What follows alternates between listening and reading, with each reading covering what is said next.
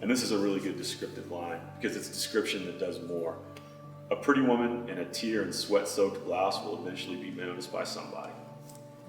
Like, what a line. Like, that says so much about like our society, right? Our world, like, you know, like and so much about her at the same time. And it's just a little bit, it's a tiny description.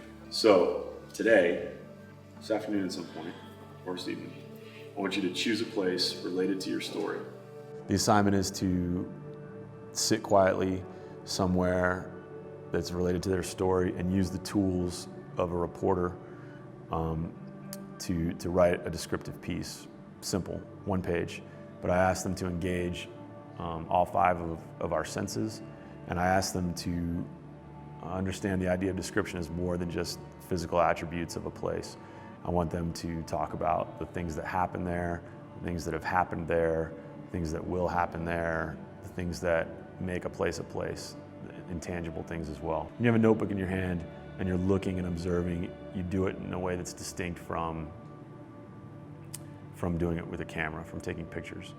I mean, you can write from pictures, and I do it sometimes, but I really encourage them to sit down, put the camera down, write their impressions of a place, and in their finished piece, try to make them as evocative as possible for their reader. And that can be like, you know, the walls were a rough hewn brick. That's a touch. You know, the taco, the El Pastor was burning on the grill. That's smell. You know, like, try to engage all 5 senses, like make a checklist. But really, really what I want you to do is, and I you know, I've done this before, just when you're shooting, put your camera down, pull out your notebook, fill out 2 pages of descriptions. What color of the floor? It's made of tiles. What color was the tablecloth? It wasn't blue. It was royal blue. It was a deep blue. It was an ocean blue. Push yourself to describe these things in a very specific way, and in a way that is going to be evocative for the reader, right? And I want you to show us, not tell us about the place.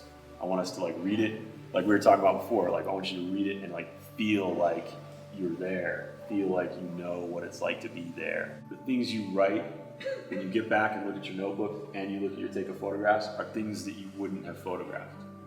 You'll notice them differently. It's going to really improve your powers of observation, right? Like, yeah, colors, but more than colors. Yeah, like, how tall is something? How high is the ceiling? You know, like the things that make a place that place and not any other place, right? And like I said, description is not always physical attributes. How do people move through a space? What kind of people come in there? What's it like while you're there? How warm is it? These are not necessarily like physical, like things you would see, you know? It's not just things you see. Try and include some of those things too, okay?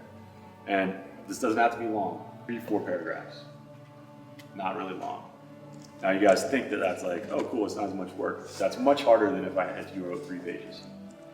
You know, Mark Twain said, sorry I wrote you such a long letter, I didn't have time to write you a short one. I want to help photographers use the tools of observation they already use every day to translate into written work that complements their photographic work. No photograph exists without at least a caption.